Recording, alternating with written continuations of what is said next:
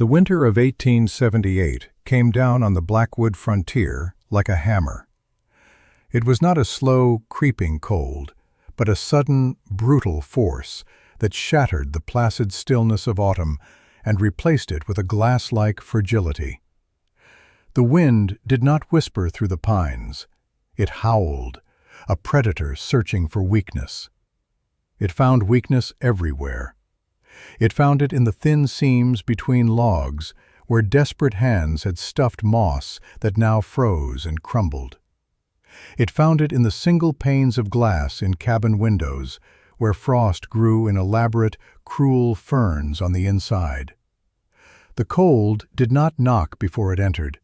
It simply shouldered its way through the walls, a thief that stole warmth and left behind a bone-deep ache. For the settlers in the small, unnamed valley, survival was a simple, desperate equation of wood versus winter. Every day the equation grew more difficult.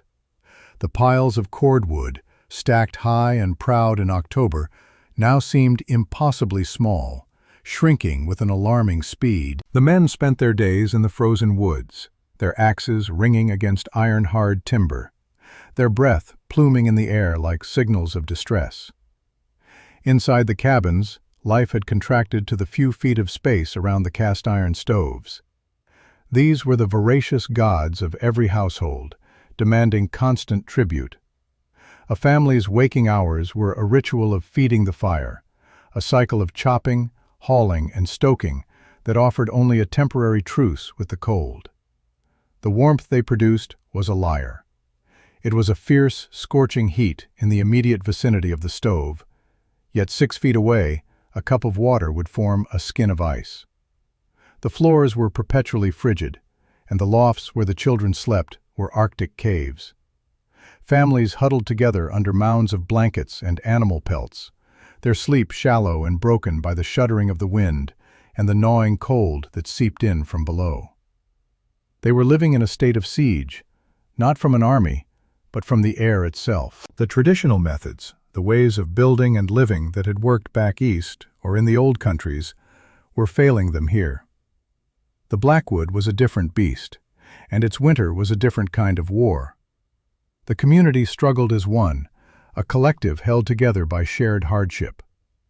They checked on one another, shared what little they could, and spoke in clipped, weary sentences about the dwindling wood and the unrelenting frost.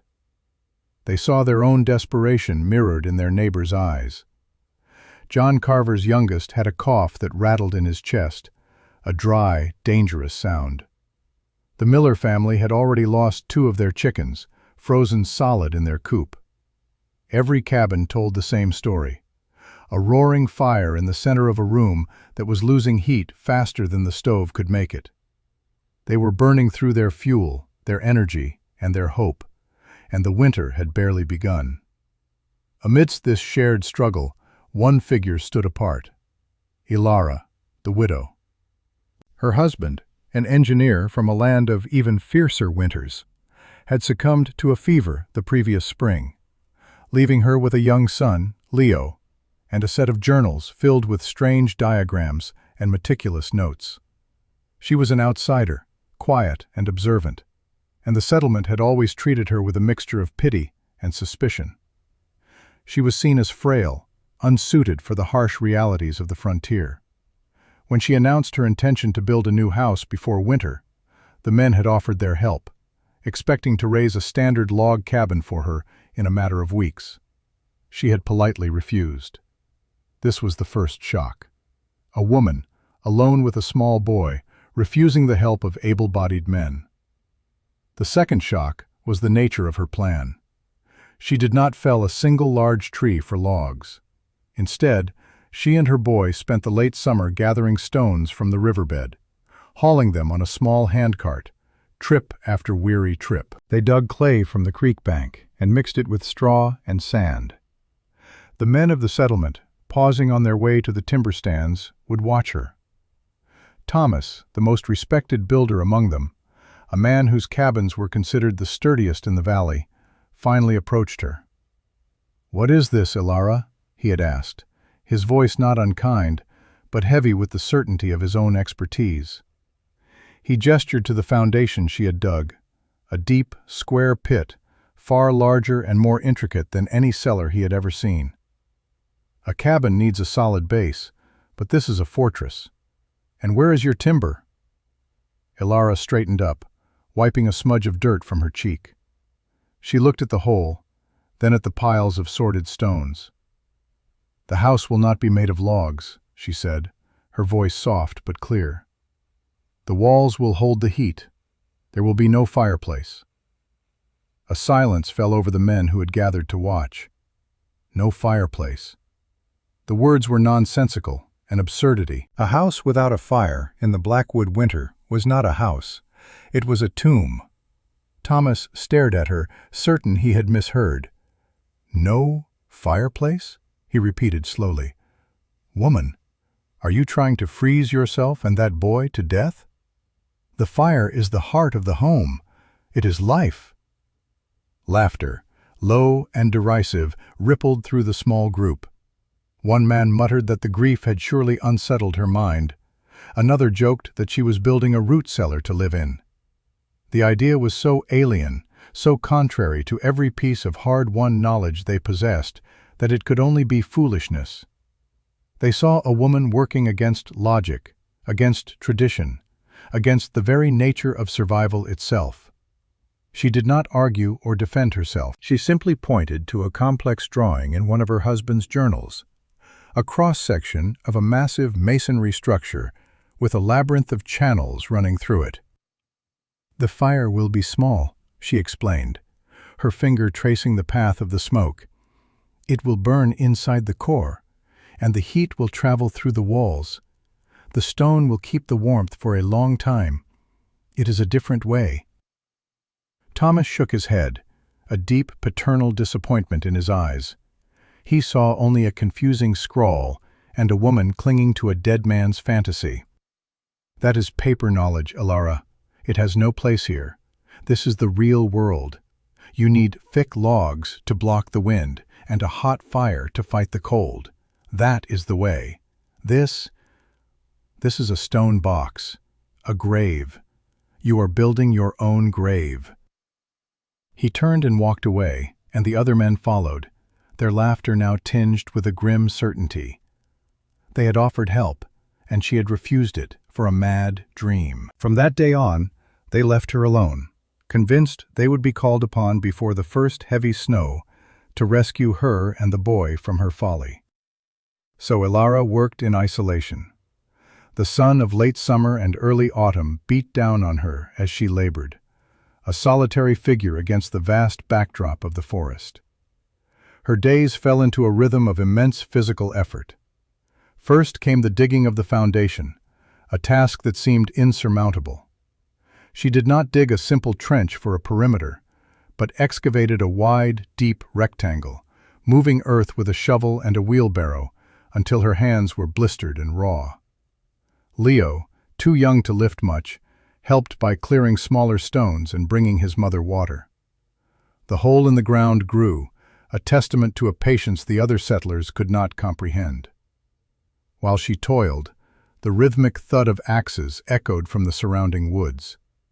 The other families were preparing in the traditional way. Thomas was directing the construction of a new cabin for a recently arrived family, his voice booming with confident instructions. They worked with impressive speed, notching logs with practiced skill, raising the walls in a matter of days. Their methods were known, tested by generations. They caulked the gaps with mud and moss, raised a simple roof, and cut a hole for a stovepipe. It was the architecture of expediency, a race against the coming cold. They saw Ilara's slow, methodical work not as diligence, but as a foolish waste of precious time. After the foundation was dug and lined with heavy stones, she began the core. This was the heart of her husband's design, the engine of the house. It was a complex and painstaking process.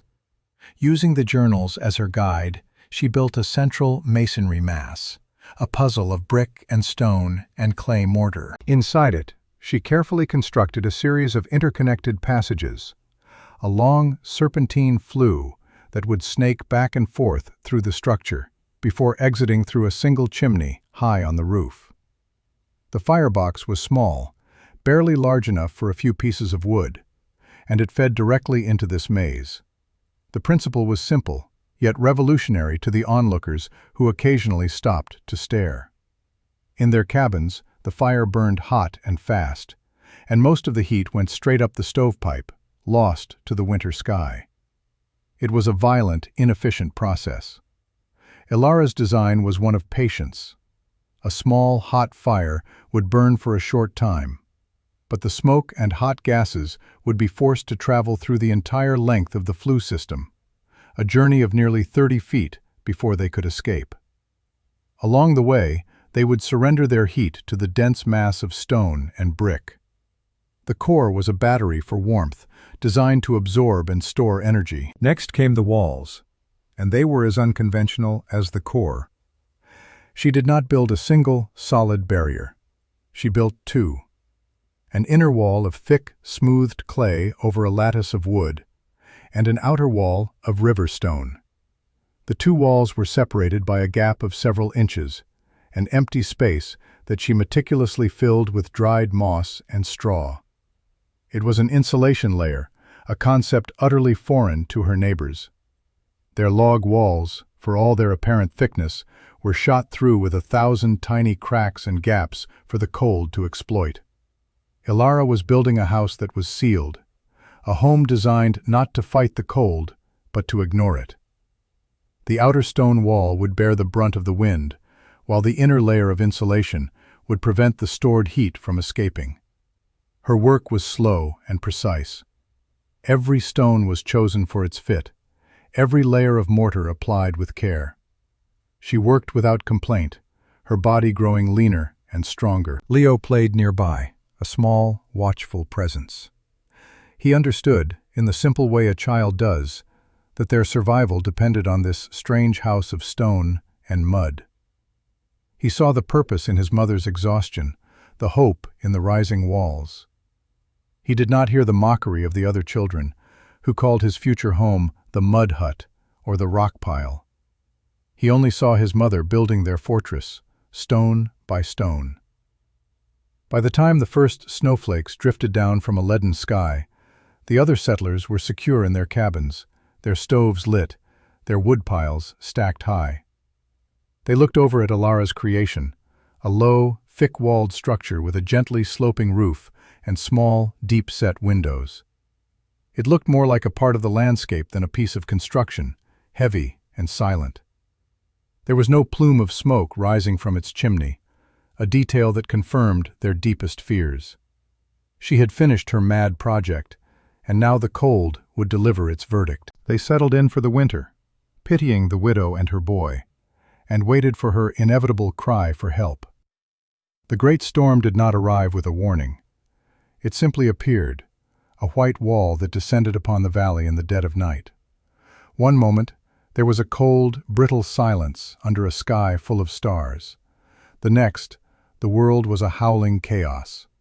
The wind came first, a physical blow that slammed against the cabins and tore at the roofs. It sounded like a freight train, a relentless, deafening roar that vibrated through the very timbers of the homes.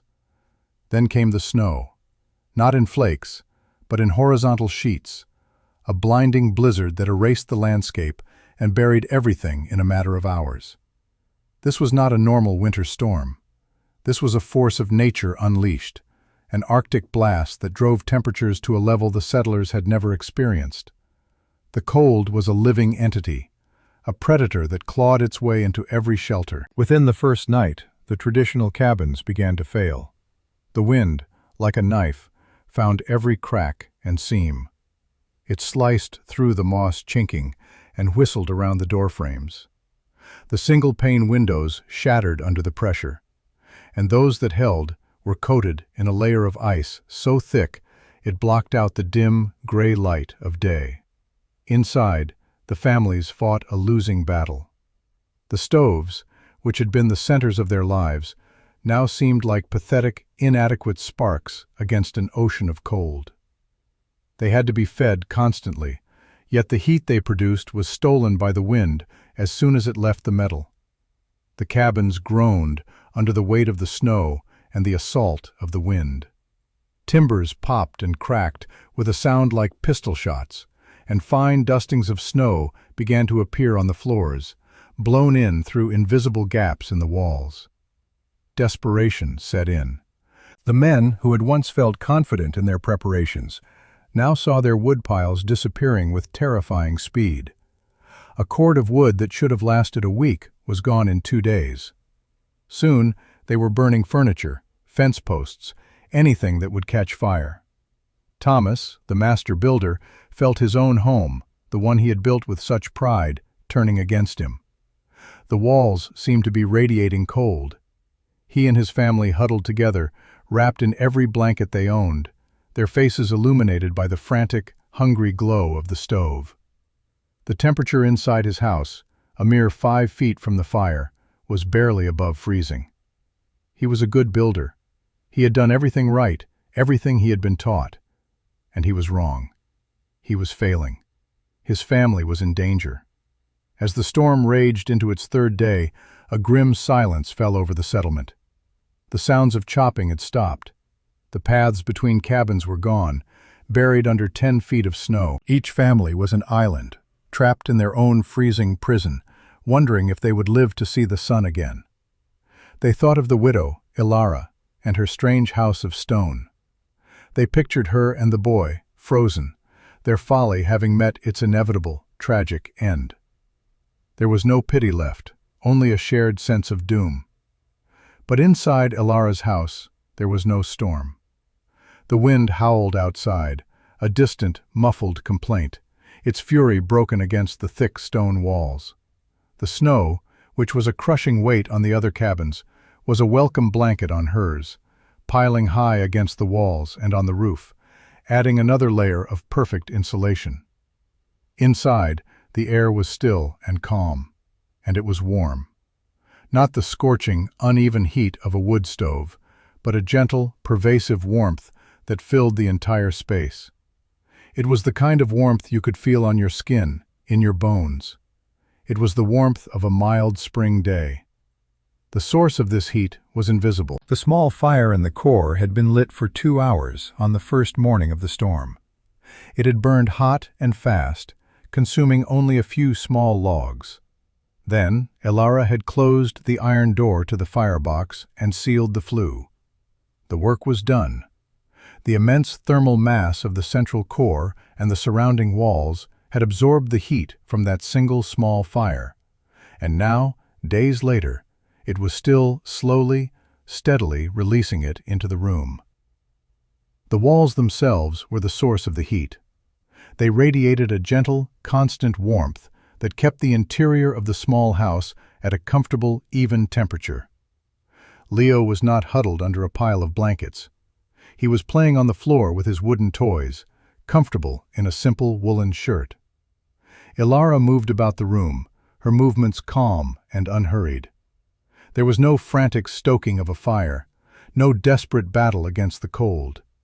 The house was doing the work. It was a self-regulating system, a bubble of warmth and tranquility in the heart of the blizzard. Her husband's designs, the paper knowledge that Thomas had scorned, had been tested by the worst the Blackwood could offer, and it had worked. It had worked perfectly. The contrast was absolute. In the log cabins scattered across the valley, families shivered in near-freezing temperatures, burning through the last of their wood, their world shrinking to a miserable circle of failing heat. They were consuming 3, 4, even 5 cords of wood just to stay alive, and they were losing. In Ilara's stone house, a comfortable 60 degrees was maintained by a handful of logs burned once a day. The inhabitants were not just surviving, they were living, calm and safe. The brutal storm had become the ultimate arbiter of wisdom, and it had delivered its verdict with an unforgiving clarity. The old way was a failure. The new way was life. On the 4th day of the storm, Thomas made a desperate decision. The main handle of his axe had split, a casualty of chopping frozen wood, and he needed to fashion a new one. His supply of spare hickory was in his workshop, a separate structure now buried under an impassable drift of snow. He remembered seeing a small pile of seasoned hardwood near Alara's strange house, set aside from her main woodpile. It was a long shot, and the journey was perilous, but his family's survival depended on being able to process what little fuel they had left. He bundled himself in every layer he possessed and stepped out into the screaming white void. The journey was a nightmare. The wind tore at him, and the snow was so deep he had to flounder through it, a swimmer in a frozen sea. The 50 yards to Alara's house took him nearly half an hour. He was exhausted, half frozen, and filled with a grim sense of foreboding. He expected to find the house dark and silent, its inhabitants lost to the cold. He would take the wood he needed and offer a prayer for their souls. As he drew closer, he was stunned to see a faint, warm light glowing in one of the small windows. It was impossible. No oil lamp could burn so steadily in this cold. He stumbled to the door, a heavy, solid plank of wood, and knocked, his fist making a dull, muffled sound. He didn't expect an answer. He was about to turn away when he heard the sound of a bar being lifted from inside. The door swung open. The first thing that hit him was not a sight, but a feeling.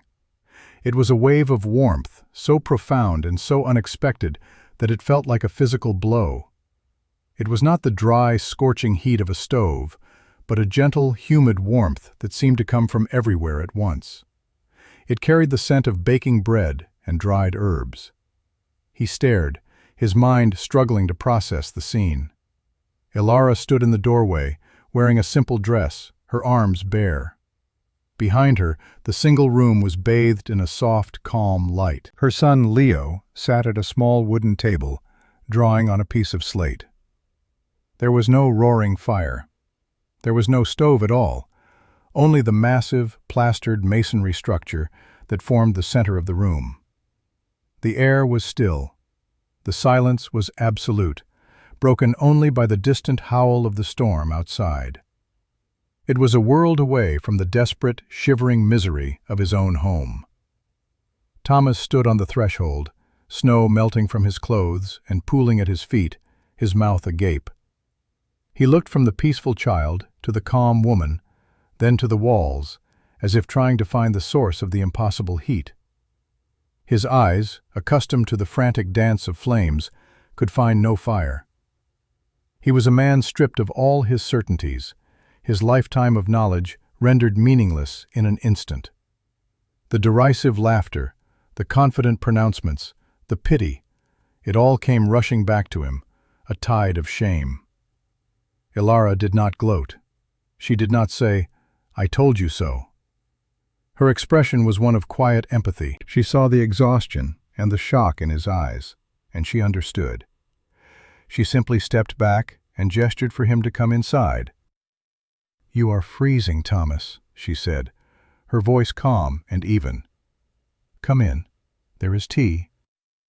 He stumbled into the room, pulling the door shut behind him, sealing out the storm. The warmth enveloped him completely. He took off his frozen gloves and held his hands out, as if expecting to find a fire, but there was none.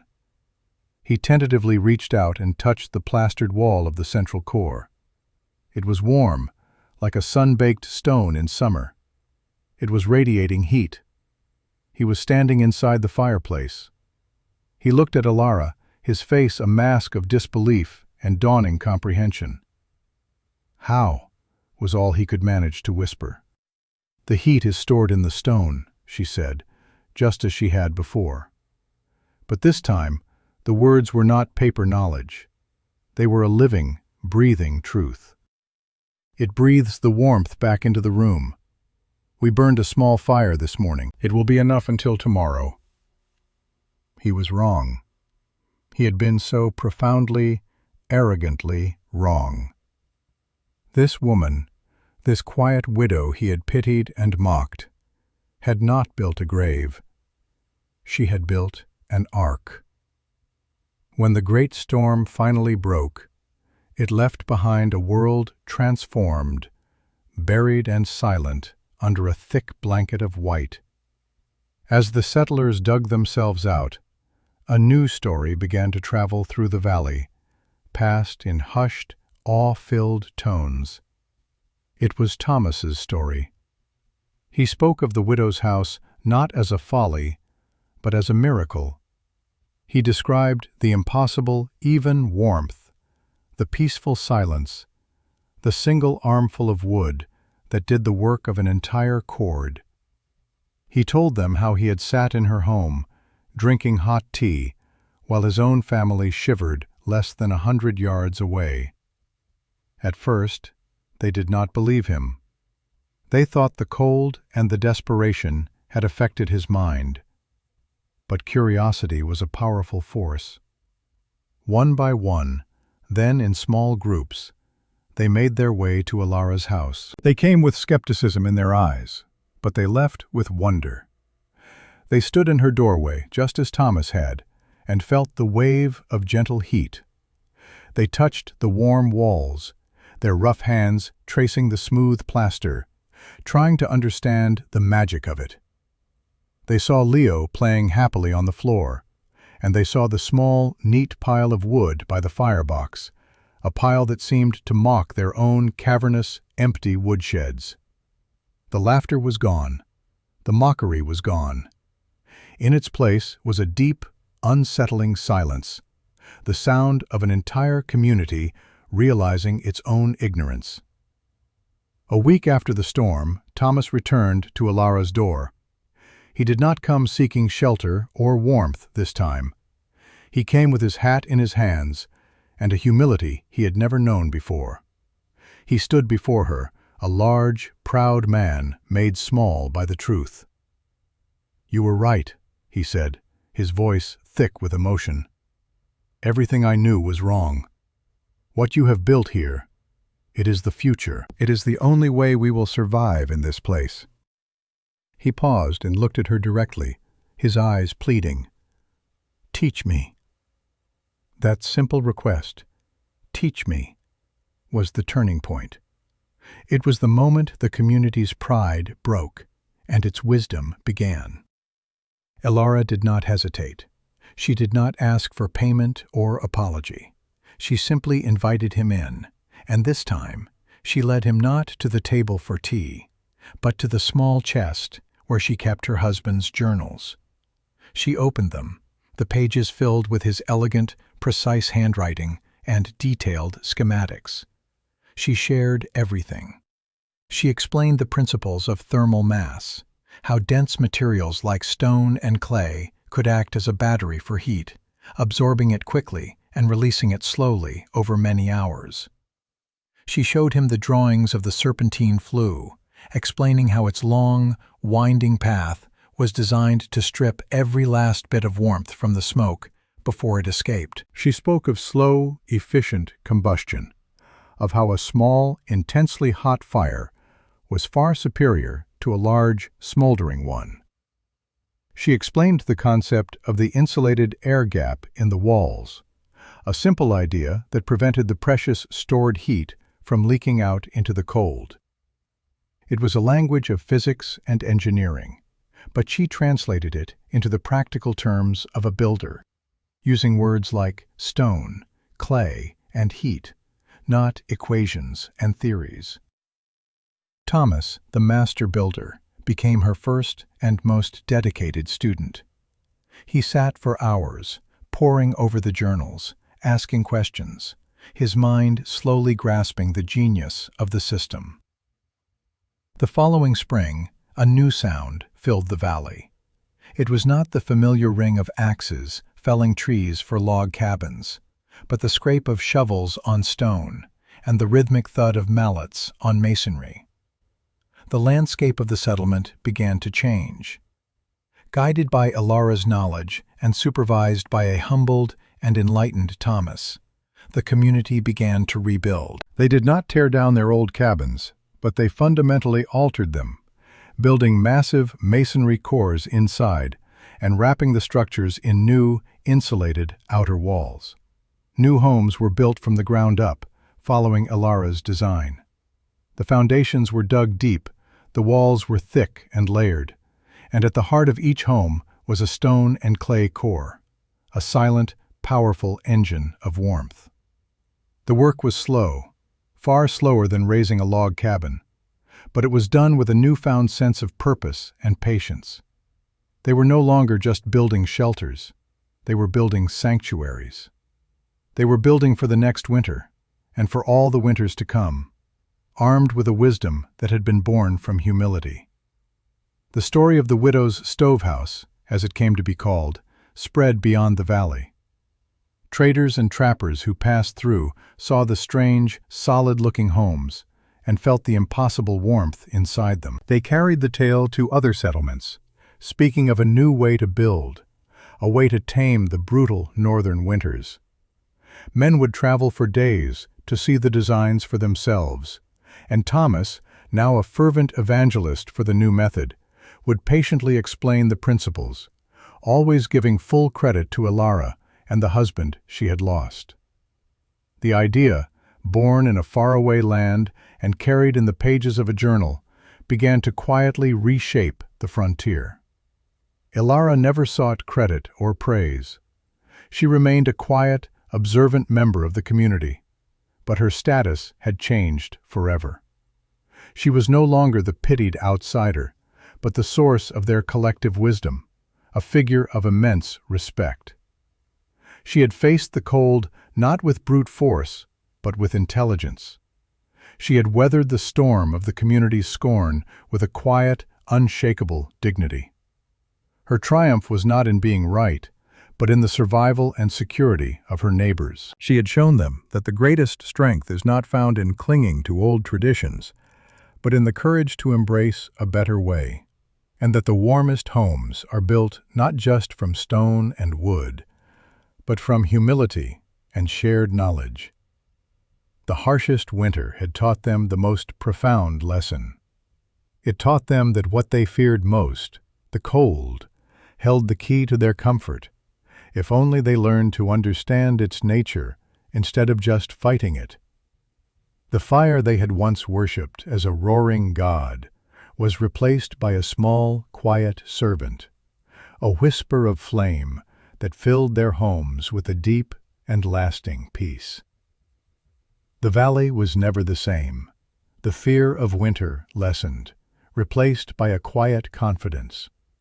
They had learned, through the wisdom of a woman they once called foolish, how to finally be at home in the unforgiving heart of the Blackwood. If this story reminded you of the power of quiet wisdom and perseverance, share it with someone who believes in the strength of new ideas. And follow for more inspirational stories of courage, ingenuity, and the quiet triumphs that change the world.